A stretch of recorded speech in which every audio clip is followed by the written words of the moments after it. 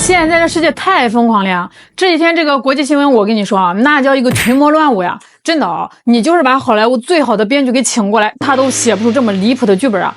主角是谁呢？老熟人了，美国总统特朗普。咱先不说别的啊，就说这个刚发生的事儿，你们这两天刷手机估计也刷到了，特朗普用他的官方认证账号发了个视频，啥视频呢 ？AI 做的。视频里头，特朗普带着金灿灿的王冠，开着一架战斗机，嗖的一下飞过美国大街的上空，底下呢是密密麻麻的抗议人群。高潮来了，他老人家在飞机上对着底下人群投粪。对，你没听错，我说的就是那个粪啊，一坨一坨那个玩意儿，跟下雨似的往下扔。我当时看到这个，我整个人就懵了。我第一时间以为是高仿号，是恶搞的，结果定睛一看，蓝 V 认证啊，这也太魔幻了吧！这是总统该干的事儿吗？这简直是把挑衅当成了军事大片来拍了。哎，你以为这就完了？不，好戏还在后头。俗话说得好，一个巴掌拍不响啊。特朗普这边刚投完弹，他那个副手副总统万斯紧跟着就补刀了。万斯也发了个视频啊，这个更绝。视频里头，特朗普还是那个王冠造型，手里面还多了把大长宝剑，跟那个中世纪电影里的国王一模一样。镜头一转，底下跪着谁呢？拜登、佩洛西，还有一帮前政府的民主党大佬们，乌泱泱的跪了一地，集体单膝下跪啊！那个姿态哦，恭敬的就跟臣子朝拜皇上一样啊！特朗普一看这个好啊，转手就给自己的视频转发置顶了。这俩人呢，一唱一和，在全世界面前演了一出威权双簧。这俩视频一出来，24小时不到，全网播放量直接破亿啊！那评论区炸的哦，简直是没法看。一半人是破口大骂，疯了吧？这是国家元首，这底线都不要了，这不就是公开宣称自己是独裁者吗？那另外一半呢，是他的铁杆粉丝啊，在那儿狂欢，酷毙了国王，川普威武，就该这么对付那帮闹事儿的。纽约时报都气得没词儿了，直接起了个标题叫粪便外交。你听听啊 ，CNN 的评论员在电视上脸都绿了，说就算是街头小混混打架都不会用这么低俗的方式攻击对手啊，何况你是总统。Donald Trump attacked me on social media last night. That's right. He posted this really gross AI video where I'm included, and you just have to see for yourself to believe it's real. Take a look.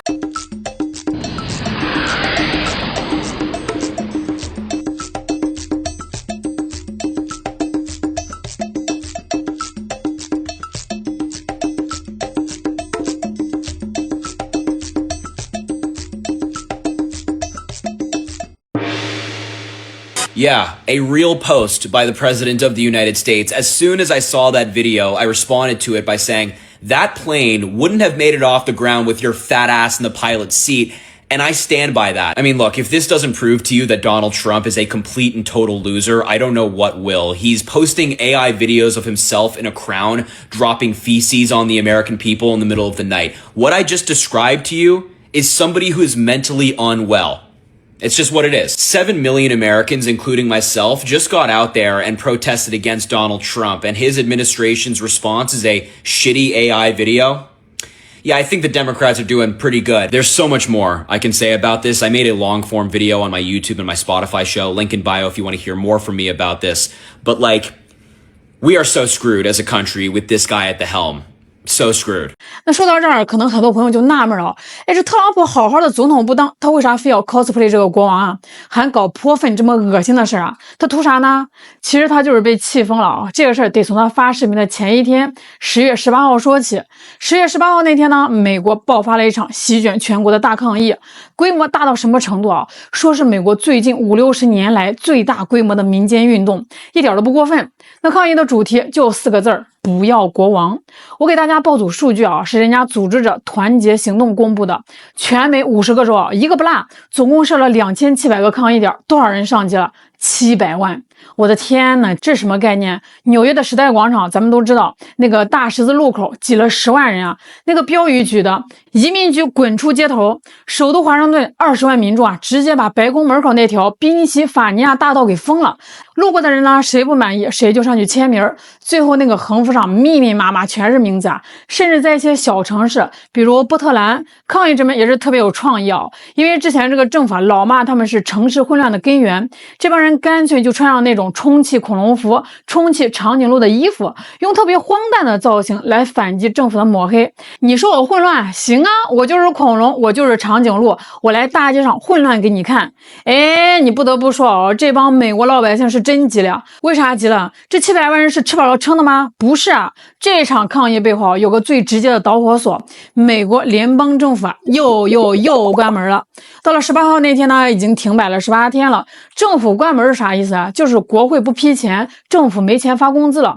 美国劳工部的数据啊，至少80万联邦雇员啊被迫无薪休假。哎，你想想，80万个家庭啊，上有老下有小的，房贷车贷等着还，突然没收入了，这谁受得了啊？所以这700万抗议人群里啊，有很多人举的牌子特别实在，就写着偿还我们的钱。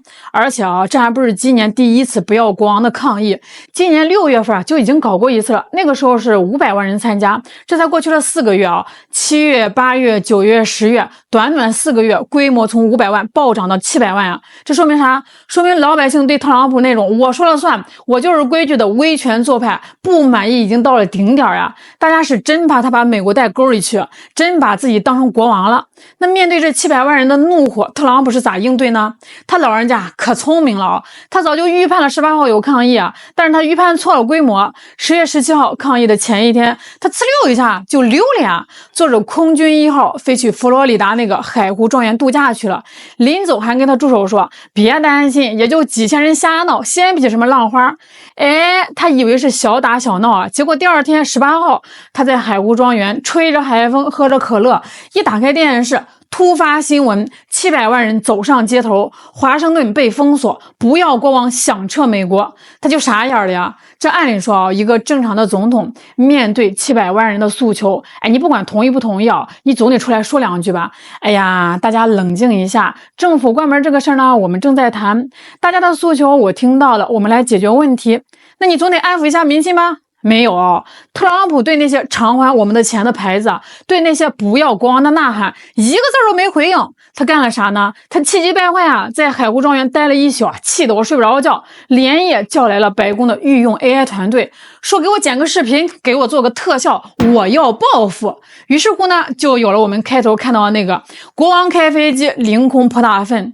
你品品，你仔细品品这个操作，先是逃避问题，躲到度假山上去，发现躲不过去了，问题比想象中大，700万人打他脸了，他就恼羞成怒啊，不解决问题，反手开始人身攻击，用最恶俗、最没底线的方式报复这700万抗议者。您不是抗议我吗？您不是抗议吗？来尝尝这个。这暴露的已经不光是心虚了，这是对老百姓诉求的一种彻底的蔑视呀。那说到这儿，又有个问题来了，特朗普他真就不怕吗？他这么明目张胆的挑衅700万民众，他就不怕被弹劾，不怕共和党内部的人来反他？这你就小看他了啊！他敢这么干，背后肯定是有人撑腰的。这已经不是他一个人的狂欢了，这是一场有组织的威权同盟在表演。那首当其冲的就是众议院那个议长约翰逊，面对700万人的抗议，记者问他：“议长先生，你怎么看这场席卷全国的抗议？”哎，你猜他怎么说？他对着镜头一脸严肃，直言不讳，说这是一场仇恨美国的集会。好家伙，一顶大帽子就扣上去了。700万人上街要工资，反威权的美国人在他嘴里啊成了恨国党。他还暗示啊说这帮参与者里啊混进去了安提法恐怖分子。哎呦喂，这招太熟了，跟当年黑命贵运动时一模一样啊！先把这个水给搅浑，把所有抗议者都打成暴徒再说。那除了特朗普和万斯那2条视频，白宫的官方账号注意啊，当天还发了2张合成图，一张呢是特朗普和万斯戴着王冠的合影，配的文字是我们生来就与众不同。哎呦喂，这都快赶上王侯将相宁有种乎了呀，人家直接告诉你啊，我们就是种不一样。那另外一张图呢更过分哦，把这个民主党的领袖杰弗里斯和舒默2个人的头啊 P 到了2个戴着墨西哥大草帽的人身上，这是什么意思啊？这就是赤裸裸的种族歧视啊，用这种刻板印象来攻击政敌。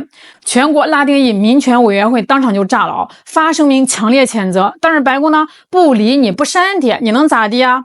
地方上的共和党势力也没闲着，就在抗议的前一天，德克萨斯州、佛罗里达州总共6个共和党主政的州突然集体宣布，让本州的国民警卫队进入1级己待命状态，理由是防范暴力抗议。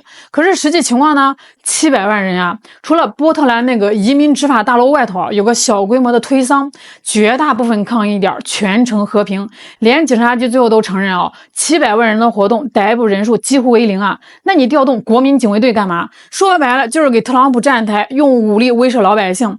你们都老实点啊！别看你们人多，我这儿有枪。那最讽刺是什么？是司法系统的配合。就在抗议前1个礼拜，联邦法官刚判了，说特朗普之前往波特兰派联邦执法人员是缺乏法律依据的。可是抗议当天呢，那些联邦执法人员啊，照样在波特兰对示威者动手了。上面判决，下面不执行，这跟之前处理那个满嘴跑火车的桑托斯议员那个事儿一样啊。规矩是规矩，但只要符合共和党的利益啊，规矩和法律都可以先放一边。哎，你想想啊，议长给他撑腰，副总统给他抬轿，白宫给他造势，共和党的州长给他当保镖，连司法执法都有弹性。有了这个威权同盟，他特朗普还有啥不敢干的呀？别说发泼粪的视频了啊，他明天发个视频说自己是天选之子，估计都有一堆人跟着喊万岁啊。那聊了这么久，真是让人哭笑不得啊！一个国家的总统不用政策回应700万人的抗议，不用沟通解决80万人的工资，那反过来呢？他用 AI 技术把自己塑造成一个泼粪的国王，副总统在旁边拍手叫好，演君臣朝拜。这已经不是简单的特朗普精神状态又不稳定的问题了啊，这是美式民主啊正在遭遇的一场大考，一场赤裸裸的压力测试。那接下来中期选举马上就要来了，这肯定会成为两党博弈的关键节点啊。但是不管结果怎么样啊，特朗普这条泼粪视频，还有万斯那条朝拜视频，都将成为美国政治历史上一个抹不掉的耻辱印记。它就像个警钟，在那儿当当当的提醒全世界，民主呢从来都不是装好在盒子里一劳永逸的东西。当这个权力失去了约束，当一个政党为了赢放弃了所有的原则和底线，那再成熟的制度啊，也可能在国王和小丑的联手侵蚀下慢慢的崩溃。好啦，今天就给大家聊到这儿了，这个事儿啊估计还有后续，咱们就走着瞧。感谢大家的收看，我是小懒，我们下期再见。